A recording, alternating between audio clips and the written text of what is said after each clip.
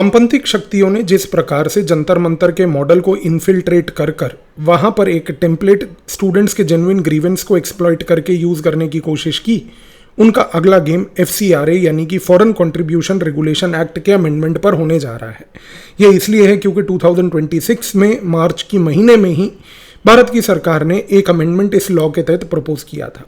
ये एक बड़ा सिंपल सा लॉ है जो ये सिंपल बात कहता है कि विदेश के अंदर कोई भी इंडिविजुअल, कोई भी ट्रस्ट, कोई भी NGO, कोई भी एसोसिएशन जो है वो किस तरीके से, किस प्रकार से फॉरेन मनी, पहली बात तो आज की डेट में फॉरेन सोर्सेज से लेगा और उसका कैसे प्रयोग करेगा। इंपॉर्टेंट बात यह है कि इस बिल में किसी भी तरीके का कोई प्रोहिबिशन नहीं है कि कोई भी यहाँ पर एजेंसी जो है या इंडिविजुअल फॉरेन डोनेशन नहीं ले सकता। इस बिल में सिर्फ ये बात की गई है कि जो फॉरेन डोनेशन आएगा यानी कि जो फॉरेन करेंसी आएगी किसी भी पर्टिकुलर पर्पज़ के लिए, वो एक राइटफुल तरीके से, एक राइटफुल पर्पज़ के लिए यूज़ होनी चाहिए, ना कि उसका प्रयोग किसी प्रकार की कोई सबवर्सिव एक्टिविटी के लिए जो कि किसी प्रकार के नेशनल इंस्टीट्यूशन को या नेशनल सोवरेनिटी को हार्म करे, उसके लिए होनी चाहिए। अब अगर ये बिल यहाँ पर सिंपल सी ये बात को प्रपोज कर रहा है तो इसके पीछे फिर ऑपोजिशन किस बात का। खैर, ऑपोजिशन समझने के लिए आपको बिल में 2-3 और चीज़ें समझनी होंगी। एक सबसे पहला इंपॉर्टेंट पॉइंट यहाँ पर ये है कि बिल ये कहता है कि अगर कोई भी NGO या कोई भी एसोसिएशन भारत में, पहली बात, किसी भी तरीके से रेगुलर लेवल पर किसी दूसरे देश से फॉरेन करेंसी ले रही है और फॉरेन कंट्रीब्यूशन एक डोनेशन के तहत ले रही है, तो पहली बात उसको रजिस्ट्रेशन करवाना होगा। दूसरी बात, अगर कोई भी ऑर्गेनाइजेशन या NGO या इंडिविजुअल जो है, मान लीजिए पैसे को सिर्फ वन टाइम पर्पज़ के लिए लेना चाहता है और एक ही बार वो पैसा किसी फॉरेन डोनेशन के तहत आ रहा है, तो उसके लिए भी सरकार से प्रायर परमिशन लेने की आवश्यकता है। अब जब भी पैसा आएगा, सरकार ने ये बात बोली है कि एक designated state bank of India के बैंक अकाउंट में न्यू दिल्ली में वो पैसा ही सारा वहाँ पर डिपॉजिट होगा और डिपॉजिट होने के साथ साथ उस बैंक अकाउंट में वहीं से पैसे का प्रयोग किया जाएगा और जितनी भी ऑडिटिंग होगी उस पैसे की, वहीं से उसी स्पेसिफिक स्थान से ऑडिट रिपोर्ट्स को भी तैयार करके कंपनियों को, NGOs को देनी पड़ेगी। यहाँ पर लॉ सिंपल पॉइंट ये बोलता है कि किसी भी प्रकार का कोई न्यूज़पेपर का एडिटर या कोई भी जज या लेजिस्लेटर, पहली बात, फॉरेन कंट्रीब्यूशन किसी भी देश से किसी प्रकार की डोनेशन से नहीं ले सकता। सबसे पहला पॉइंट ऑपोजिशन का यही है, क्योंकि आज की डेट में यह कहना गलत नहीं होगा कि कुछ अंग्रेजी अखबार हैं, और मेरे को बोलने की आवश्यकता नहीं, एक कॉमन मैन जो आज कुछ अंग्रेजी अखबार पढ़ता है वो समझ रहा है कि मैं क्या बोलना चाह रहा हूँ। वो अखबार खुलेआम देश के अंदर एक सबवर्सिव माहौल बनाकर चलते हैं। उनके हिसाब से देश के अंदर एक तमिलनाडु के राज्य को छोड़कर अगर पूरे देश में कोई घटना हो जाए तो वो एक प्रॉब्लम है, लेकिन तमिलनाडु में कुछ हो तो वो कतई ही प्रॉब्लम नहीं है। एक उदाहरण के तहत मैंने एक बड़ी पेक्यूलियर इस अखबार के अंदर एक प्रैक्टिस देखी कि सेंथिल बालाजी नाम का एक लेजिस्लेटर तमिलनाडु का, जिसको सुप्रीम कोर्ट और अन्य कोर्ट्स ने भी यहाँ पर कन्विक्ट किया था, उस व्यक्ति के ऊपर जब घिनौने करप्शन के चार्जेस लगे थे, इस पूरे अखबार ने उस चीज़ को इतना साइडलाइन किया जैसे कि वो मुद्दा ही नहीं है। लेकिन मान लीजिए अगर दिल्ली या किसी अन्य राज्य में एक निगम पार्षद के चपरासी को अगर मान लीजिए 10 रुपये रिश्वत लेके पकड़ा जाता, तो ये वो अखबार है जो सबसे पहले इसको एक नेशनल हेडलाइन बना देता। तो ये प्रकार से इस बिल में सबसे पहली चीज़ ये है कि आउटराइटली न्यूज़पेपर के सारे एडिटोरियल्स को वो यहाँ पर पहली बात तो प्रोहिबिट करता है किसी भी प्रकार के फॉरेन कंट्रीब्यूशन लेने से। कुछ लोगों की जलेगी, सही बात है, और ये दिक्कत इसीलिए वहाँ से स्टार्ट हो रही है। दूसरा, ये लॉ जो यहाँ पर आ रहा है, ये सबसे सरप्राइजिंग बात ये है कि 1976 में सबसे पहली बार इस कानून को बनाया गया था। इस कानून को बनाया गया था जब उस समय इमरजेंसी थी, इमरजेंसी लगी हुई थी देश में, और उस समय इमरजेंसी के टाइम पर भी लोकप्रिय लाडले की दादी को ये लगता था कि शायद उस समय कोई फॉरेन इन्फ्लुएंस होगा भारत के डोमेस्टिक पॉलिटिकल इंस्टीट्यूशंस में। इस कारण से दादी जो हैं लोकप्रिय लाडले की, उन्होंने ये कानून बनाकर यहाँ पर पहली बात तो इस कानून को लाया गया। दूसरी बात, 2010 में जब लाडला सरकार थी तो उसी समय एक 5 साल का मैंडेटरी रजिस्ट्रेशन का प्रोविज़न इस कानून में उस समय अमेंड करके भी प्रोवाइड किया गया। 2016 में इसके बाद और भी छोटे मोटे एडमिनिस्ट्रेटिव लेवल के अमेंडमेंट्स भी हुए, लेकिन 2026 का ये जो अमेंडमेंट है, ये अब एक बड़ी महत्वपूर्ण कॉन्सेप्ट को भी यहाँ पर एक लाकर देता है, जिससे कि कुछ लोगों को और बवाल हो रहा है। अब वो बवाल क्या है, उसके लिए कॉन्सेप्ट समझिए।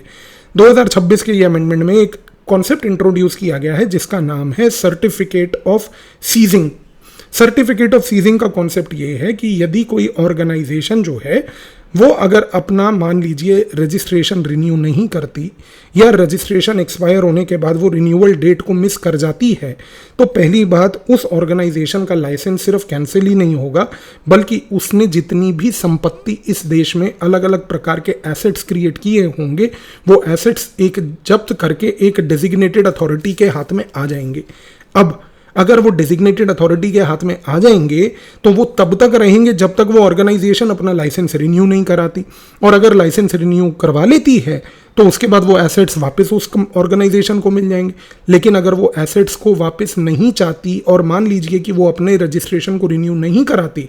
तो उसके बाद सरकार के पास पूरी पावर है कि वो बेसिकली उन एसेट्स को चाहे तो बेचकर वो पैसे को भारत के कंसोलिडेटेड फंड ऑफ इंडिया में भी डाल सकती है। अब यहाँ पर ये पॉइंट को लेकर इसलिए बवाल हो रहा है क्योंकि इसका सबसे बड़ा बवाल का सेंटर दो स्थान है, पंजाब और मिजोरम। पंजाब जहाँ पर कुछ क्रिश्चियन मिशनरीज ने अलग अलग प्रकार के फॉरेन कंट्रीब्यूशंस को लेकर अलग अलग लेयरिंग मेथड्स से पहली बात तो बहुत सारे एसेट्स क्रिएट कर रखे हैं। ये चीज़ तमिलनाडु से लेकर आंध्र प्रदेश में भी देखी गई है। इसका प्रभाव बहुत गहरा पड़ता है, सिर्फ वहाँ पर लोकल लेवल के इन सोशल इंस्टीट्यूशंस में नहीं बल्कि लोकल लेवल की पॉलिटिकल पावर्स को भी इन्फ्लुएंस करने में। दूसरी सबसे बड़ी चिंता यहाँ पर ये हो रही है कि बहुत सारे एनजीओज हैं जिन्होंने बहुत सारी अलग अलग प्रकार की संपत्ति बनाकर थिंक टैंक्स खोल रखे हैं जो बेसिकली डेवलपमेंटल एजेंडा को फर्दर करते हैं। लेकिन डेवलपमेंटल एजेंडा को फर्दर करने के नाम पर ये थिंक टैंक्स पहली बात कुछ ऐसी प्रकार की सबवर्सिव रिपोर्ट्स और स्टडीज़ को ऑर्केस्ट्रेट करते हैं फॉरेन फंडिंग और फॉरेन इन्फ्लुएंस के थ्रू, जिसके तहत इनका उद्देश्य रहता है कि डेवलपमेंट प्रोजेक्ट्स को ये आउटराइटली अपोज करें। इस चैनल पर मैं पहले भी ग्रेट निकोबार प्रोजेक्ट को लेकर यहाँ पर आपको लेके कुछ वीडियोस दे चुका हूँ जिसमें मैंने ये चीज़ एक्सप्लेन की है कि एक स्पेसिफिक रीज़न के कारण क्यों कुछ लोग उस प्रोजेक्ट के हाथ धोकर पीछे पड़े हुए हैं। एक वैसे जेनजी नेता ने, अगर आपको याद हो, जो कि मात्र केवल 56 साल का ही है, उसने अभी महीना डेढ़ महीना पहले वेकेशन जाने से एक डुबकी भी मारी थी वहाँ पर। तो ये चीज़ों को समझने की पहली बात तो कोशिश कीजिए। तीसरी चीज़ सबसे बड़ी बात यह है कि ये बिल आज की डेट में आउटराइटली जो इसके संशोधन यानी कि अमेंडमेंट है वो टारगेट करता है इंफ्रास्ट्रक्चर बेस्ड सबवर्सिव एक्टिविटीज को। अब सुप्रीम कोर्ट ने 2022 में Noel Harper versus union of India case में ये बात ऑलरेडी स्पष्ट कर दी है कि किसी भी प्रकार की कोई फॉरेन फंडिंग लेना आज की डेट में कोई भारत के अंदर एक फंडामेंटल राइट नहीं है, बल्कि आर्टिकल 1914 ऑफ इंडियन कॉन्स्टिट्यूशन के तहत reasonable restrictions in foreign contributions के ऊपर लगाए जा सकते हैं। लेकिन सबसे बड़ी बात यह है कि सुप्रीम कोर्ट ने भी अब इस बात का समर्थन कर दिया, तो खैर सुप्रीम कोर्ट भी अब एंटी नेशनल हो जाएगी, क्योंकि अगर सुप्रीम कोर्ट इस प्रकार से कुछ चुनिंदा लोगों की राजनीति के एजेंडा के बीच में आती है तो जाहिर सी बात है कि सुप्रीम कोर्ट उस समय सुप्रीम कोर्ट नहीं होती। लेकिन कोई ऐसा वर्डिक्ट आ जाए जो इनके फेवर में हो तो सुप्रीम कोर्ट से पूरे बेहतर वर्ल्ड में कोई इंस्टीट्यूशन नहीं है। तो यहाँ पर ये चीज़ को समझ लीजिए कि आने वाले समय में मिजोरम वो इम्पॉर्टेंट इसलिए है क्योंकि वहाँ पर मिजोरम के पास म्यांमार के एरिया में जिस प्रकार से अमेरिका ने अभी हाल ही में अपने ट्रूप्स उतारे हैं और जिस तरीके से वहाँ पर एक बहुत बड़ा कैंपेन अनफोल्ड होने वाला है, भारत के नॉर्थ ईस्ट में बहुत बड़ा खेल होने जा रहा है। म्यांमार में इस पर्टिकुलर इवेंट के बारे में एक स्पेसिफिक वीडियो आने वाले दिनों में मैं लेकर चर्चा करूँगा। लेकिन अमेंडमेंट के पूरे प्रोसेस में किसी भी प्रकार से लीगैलिटी के तहत